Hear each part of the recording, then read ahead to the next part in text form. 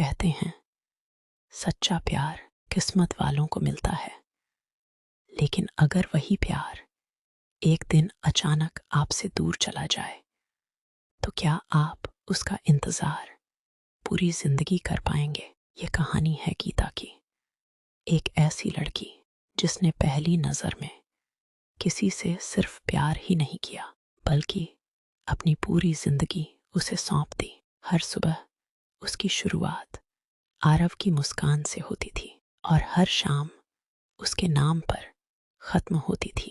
दोनों ने साथ जीने मरने के अनगिनत सपने देखे थे।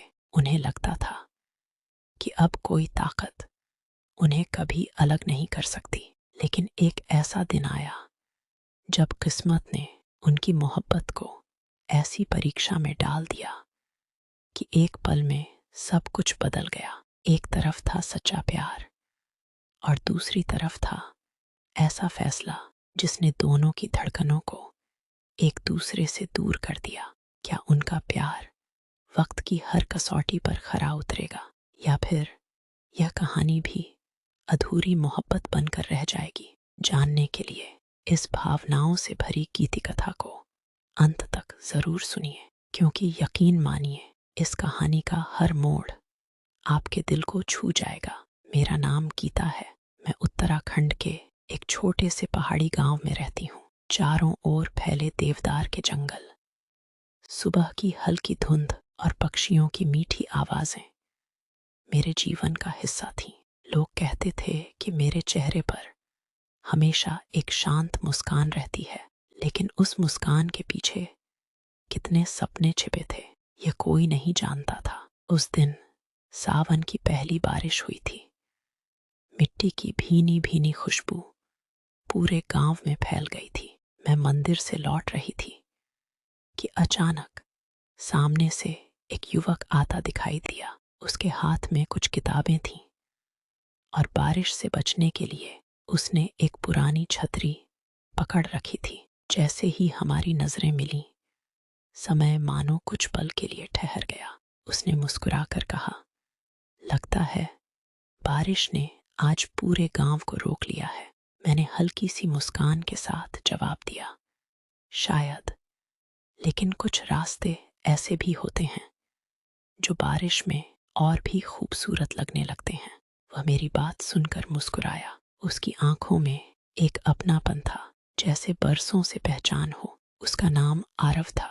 उस दिन हमारी बातचीत कुछ ही मिनट चली, लेकिन उन कुछ मिनटों ने मेरे दिल में एक नई हलचल पैदा कर दी। घर लौटने के बाद भी उसका मुस्कुराता चेहरा बार बार मेरी आंखों के सामने आ जाता।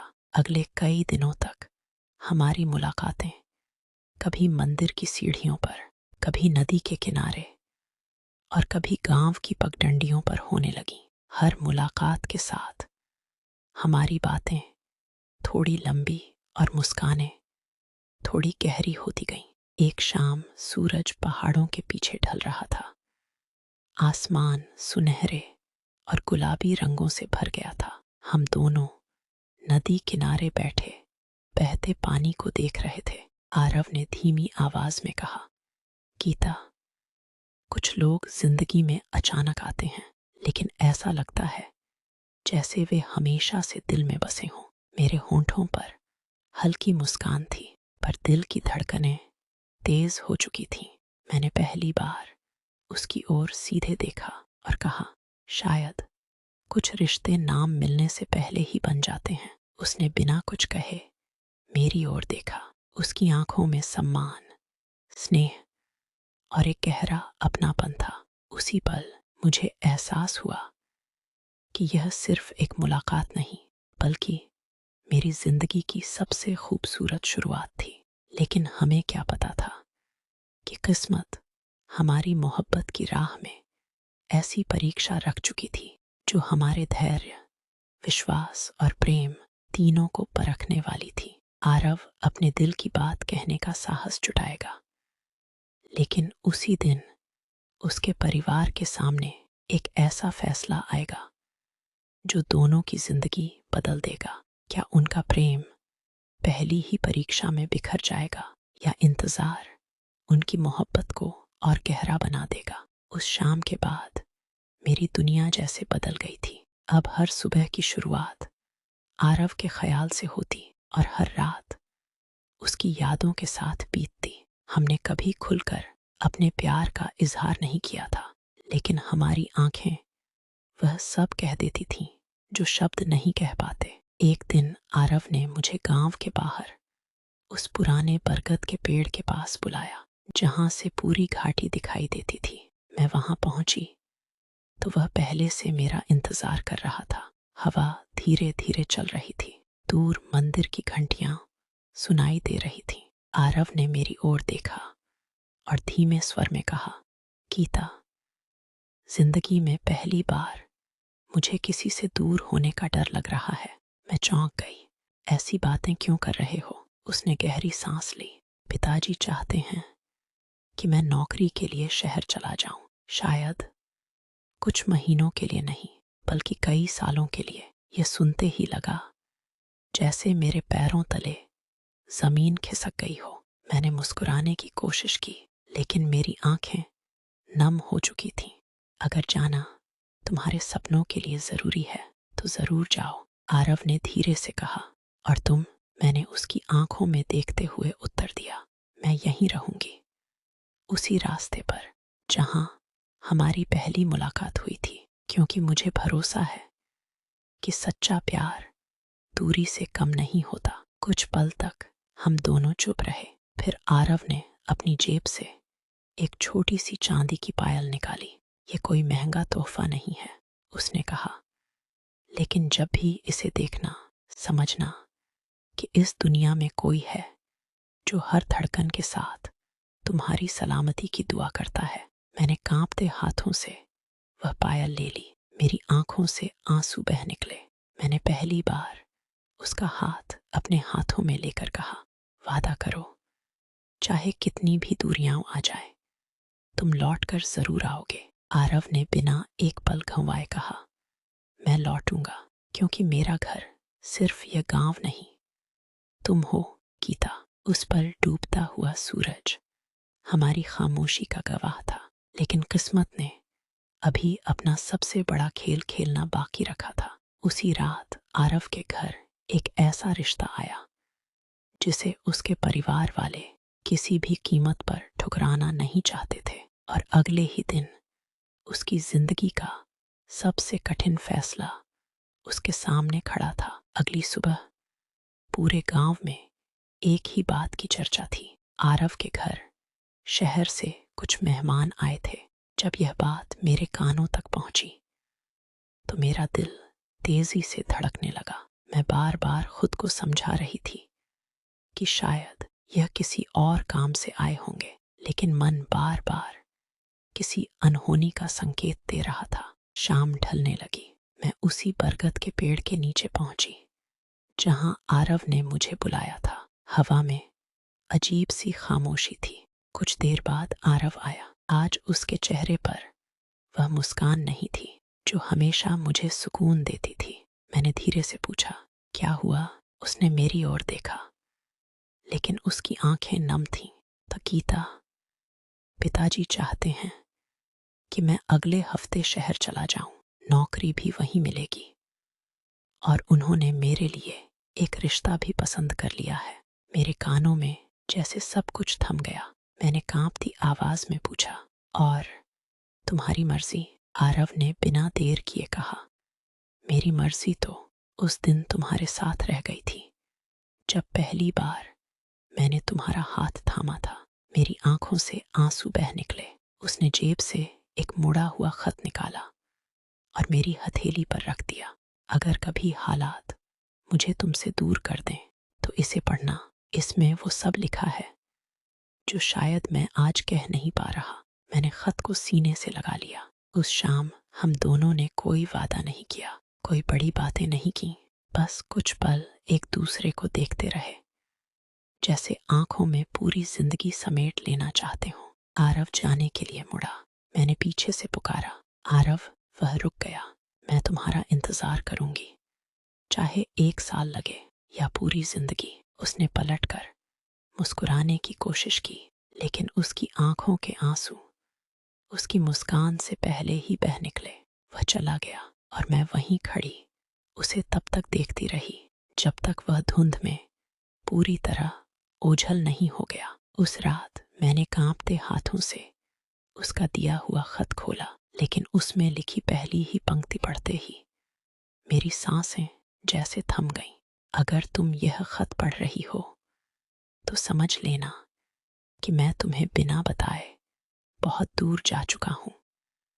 उस रात कमरे में सिर्फ एक छोटा सा दीपक जल रहा था। मेरे हाथ कांप रहे थे, आंसू बार बार उस खत पर गिर रहे थे जिसे आरव ने जाते समय मेरी हथेली में रखा था। मैंने गहरी सांस ली और पढ़ना शुरू किया। प्रिय गीता, अगर तुम यह खत पढ़ रही हो तो शायद मैं तुमसे बहुत दूर जा चुका हूं, लेकिन दूरी का मतलब यह मत समझना कि मेरा प्यार कम हो गया है। कुछ सफ़र ऐसे होते हैं जो इंसान अपनी खुशी के लिए नहीं, अपने परिवार के लिए तय करता है। मुझे नहीं पता कि किस्मत हमें फिर मिलाएगी या नहीं, लेकिन इतना ज़रूर जानता हूं कि मेरी हर सुबह तुम्हारी याद से शुरू होगी और हर रात तुम्हारे नाम की दुआ पर ख़त्म होगी। अगर कभी लोग तुमसे कहें कि मुझे भूल जाओ तो उनकी बात मान लेना, लेकिन अपने दिल को कभी मत कहना कि मैं बेवफा था, क्योंकि मैंने सिर्फ तुमसे प्यार किया है और शायद आखिरी सांस तक करता रहूंगा। मैं लौट कर आना चाहता हूं गीता, बहुत जल्दी। उस दिन तुम्हारे हाथ अपने हाथों में लेकर तुम्हारे पिता से तुम्हारा हाथ मांगूंगा। बस मेरा इंतजार करना। सिर्फ तुम्हारा आरव। खत पढ़ते पढ़ते मेरी आंखों से आंसू रुकने का नाम नहीं ले रहे थे। मैंने उस खत को अपने सीने से लगा लिया। उस रात नींद मेरी आंखों से कोसों दूर थी। हर पल बस आरव की आवाज, उसकी मुस्कान और उसके वादे याद आते रहे। दिन बीतने लगे। आरव का खत पढ़ने के बाद मेरी आंखें देर तक उसी कागज पर टिकी रहीं। ऐसा लग रहा था जैसे हर शब्द मेरे दिल में उतरता जा रहा हो। मैंने धीरे से वह खत मोड़ा, उसे अपनी डायरी में रखा और आसमान की ओर देखा।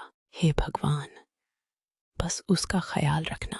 मेरे होंठों से अनायास निकल पड़ा। दिन महीनों में बदलने लगे। आरव अब विदेश में था। समय का अंतर इतना था कि कभी कभी उसकी आवाज सुनने के लिए मुझे आधी रात तक जागना पड़ता। जब भी उसका फोन आता मेरी धड़कनें तेज हो जाती। कैसी हो गीता? वह हमेशा यही पूछता। मैं मुस्कुरा कर कहती, अब ठीक हूँ, तुम्हारी आवाज सुन ली ना। दोनों कुछ पल चुप रहते। उस खामोशी में भी एक अपनापन था, जैसे शब्दों की जरूरत ही ना हो। एक रात उसने कहा, मैंने अपने कमरे की खिड़की से चांद देखा। पता है, मुझे लगा तुम भी इसी चांद को देख रही होगी। मैंने आसमान की ओर देखा। सचमुच वही चांद मेरे गांव के ऊपर भी चमक रहा था। मैंने मुस्कुराकर कहा, दूरी कितनी भी हो, आसमान तो एक ही है। उसकी हल्की सी हंसी सुनकर मेरी आंखें भीग गईं। लेकिन किस्मत शायद अभी भी हमारी परीक्षा ले रही थी। कुछ दिनों बाद आरव के फोन आने बंद हो गए। एक दिन, 2 दिन, पूरा एक हफ्ता, फिर 1 महीना। न कोई कॉल, न कोई संदेश। मैं हर सुबह फोन को देखती और हर रात उसी उम्मीद के साथ सोती कि शायद अगली घंटी उसी की होगी। गांव में तरह तरह की बातें होने लगी। कोई कहता विदेश जाकर लोग बदल जाते हैं, कोई कहता अब वह वापस नहीं आएगा। लेकिन मेरा दिल इन बातों को मानने को तैयार नहीं था। मैंने उसकी हर चिट्ठी, हर याद और हर वादे को अपने विश्वास की तरह संभाल कर रखा। एक शाम मैं मंदिर में दीपक जला रही थी कि तभी मेरा फोन बज उठा। स्क्रीन पर एक अनजान विदेशी नंबर चमक रहा था। मेरे हाथ कांपने लगे। मैंने घबरा कर कॉल उठाई, लेकिन दूसरी तरफ आरव की आवाज नहीं थी, बल्कि किसी अनजान व्यक्ति ने धीमी आवाज में कहा, क्या आप गीता बोल रही हैं? मुझे आपको आरव के बारे में एक जरूरी बात बतानी है। मेरी धड़कन जैसे एक पल के लिए रुक गई। आखिर आरव के साथ ऐसा क्या हुआ था? क्या आप गीता बोल रही हैं? फोन के दूसरी तरफ से आई आवाज सुनकर मेरा गला सूख गया। जी, मैं गीता बोल रही हूँ। मैं आरव का सहकर्मी बोल रहा हूँ। घबराइए मत। आरव बिल्कुल ठीक है। बस काम के दौरान उसका फोन और जरूरी सामान खो गया था, इसलिए वह कई दिनों तक आपसे संपर्क नहीं कर पाया। मेरी आंखों से राहत के आंसू बह निकले। कुछ ही दिनों बाद आरव का वीडियो कॉल आया। स्क्रीन पर उसे देखते ही मैं कुछ बोल नहीं पाई। वह मुस्कुराया और बोला, मुझे माफ कर दो गीता, मैंने तुम्हें बहुत रुलाया। मैंने भीगी आंखों से कहा, तुम लौट आओ, बस यही मेरी सबसे बड़ी खुशी होगी। आरव ने मुस्कुराकर जवाब दिया, इस बार सिर्फ मिलने नहीं, तुम्हें हमेशा के लिए अपना बनाने आ रहा हूं। करीब 6 महीने बाद पूरे गांव में खुशियों का माहौल था। आरव अपने माता पिता के साथ मेरे घर आया। उसने सबके सामने मेरे पिताजी से कहा, मैं गीता से प्यार करता हूँ, अगर आप अनुमति दें तो मैं उसका हाथ मांगना चाहता हूँ। मेरे पिता कुछ पल चुप रहे, फिर मुस्कुराकर बोले, जिसने हमारी बेटी का इतने साल सम्मान के साथ इंतजार किया, उससे अच्छा जीवन साथी हमें भी नहीं मिल सकता। यह सुनते ही मेरी आंखों में खुशी के आंसू भर आए। कुछ ही दिनों बाद पूरे गांव की मौजूदगी में हमारी शादी हुई। जब मैंने 7 फेरे लिए तो मुझे लगा जैसे मेरा हर इंतजार, हर आंसू और हर दुआ आज पूरी हो गई हो।